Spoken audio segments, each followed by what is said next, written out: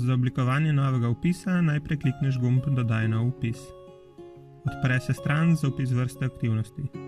V skladu s svojo učno izkušnjo izbereš eno od sledečih 6 možnosti. Prva možnost je pridobivanje znanja z aktivnim državljanstvom in odgovornim delom na projektih. Tu vpišeš predvsem opravljanje izrazito odgovornih nalog, naprimer vodja, organizator, tajnik, blagajnik in podobno. Druga možnost je Getting Experiences in Foreign Countries. Vpišeš lahko kakršnekoli učne izkušnje iz tujine. Tretja možnost je pridobivanje znanja o organiziranih oblikah izobraževanja, naprimer tečaji, seminarji ali delavnice. Četrta možnost je pridobivanje znanja na taborih ali s prostovoljnim delom. Peta možnost je pridobivanje znanja z delom, lahko preko študentskega servisa, pogodbeno delo ali ostale delovne izkušnje. Šesta možnost pa so ostali načini pridobivanja znanja. To možnost izbereš, če se izkušnja ne uvršča znotraj zgornjih 5 kategorij. Po kliku na eno izmed zgornjih možnosti se samodejno prikaže vsa polja za vnos relevantnih podatkov o učni izkušnji in dokončanje vpisa. Pod poljem za izbiro vrste aktivnosti se prikaže polje za objavo vpisa na profilu za delodajalce. Vpis bo delodajalcem viden le v primeru, da obkljukaš to polje, poleg tega pa moraš imeti obkljukano tudi polje za splošno dovoljenje vpogleda delodajalcem v urejevalniku profila. Pod napisom Podatki o aktivnosti vneseš sledeče informacije. Ime aktivnosti, če aktivnost nima strani organizacije določenega imena, pa vneseš lastno primerno poimenovanje, ime organizacije, v kateri je aktivnost potekala, naslov organizacije, telefonsko številko organizacije, spletno stran organizacije, kolikor organizacija nima lastne spletne strani, lahko vneseš povezavo do njihovega profila na katerem od družbenih omrežij ali druge oblike spletne prisotnosti, e-naslov organizacije, ime osebe, ki je spremljala tvojo učno izkušnjo, se pravi predavatelj, predavateljica, mentor, mentorica, vodja in podobno, datum začetka in zaključka aktivnosti, v primeru enodnevne aktivnosti sta lahko datuma enaka, in število delovnih enot. Slednje določi s klikom na ure ali dni ter nosom ustreznega števila. Če za določeno polje ni ustreznega podatka, ga lahko pustiš praznega, naprimer, če organizacija nima spletne strani ali profila na katerem od družbenih omrežij.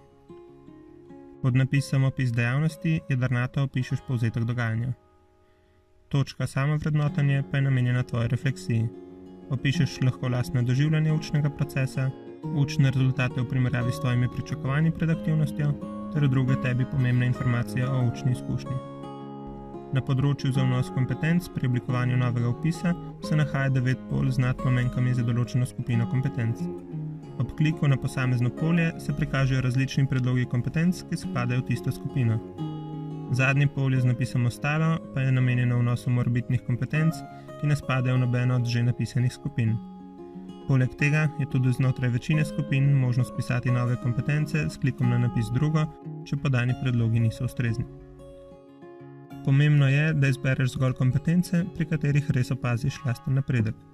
Če določena aktivnost traja en dan ali manj, je na njej težko pomembno razviti več kot 2 ali 3 kompetence. Večtedenska dejavnost pa lahko prinese občuten razvoj večjega števila kompetenc. V skladu s trajanjem in lastno presojo tako izbereš primerno število in nabor kompetenc. Ustrezna samoocena pri izboru kompetenc povečuje verjetnost za potrditev vpisa strani potrjevalca. Če obkljukaš vidnost vpisa na svojem profilu za delodajalce, te bodo lahko zaposlovalci iskali po posameznih kompetencah, ki so navedene na ekranu. Če si želiš področje kompetenc podrobneje pogledati, pritisni pavzo.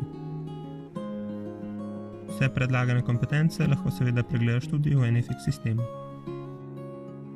Če želiš svojemu vpisu dodati datoteko z relevantno vsebino v učni izkušnji, lahko to narediš tako, da pod napisom priloge izbereš ustrezno prilogo iz svojega seznama že naloženih prilog ali pa naložiš novo datoteko. Priloga ni obvezna za potrditev in veljavnost vpisa. Pod napisom Podatki za potrditev neseš kontaktne podatke osebe, ki je spremljala tvojo učno izkušnjo in bo zato lahko potrdila ali zavrnila tvoj vpis. Vneseš ime in priimek, e-naslov ter telefonsko številko. Pod polji za kontaktne podatke se nahaja še prostor za osebno sporočilo potrjevalcu. Ker pišeš to polje, bo vidno zgolj potrjevalcu o prejemu e-sporočila za potrditev tvojega vpisa in ne bo shranjeno v NFX sistemu ali v posameznem vpisu. Za pošiljanje izpolnjenega vpisa potrjevalcu klikneš na gumb Shrani in pošlji v potrditev. Predtem lahko s klikom na Predogled vidiš izgled izpolnjenega vpisa. S klikom na gumb Shrani pa ohraniš trenutno vnesene podatke za morebitno dopolnjevanje in pošiljenje vpisa o potrjevanju v prihodnosti.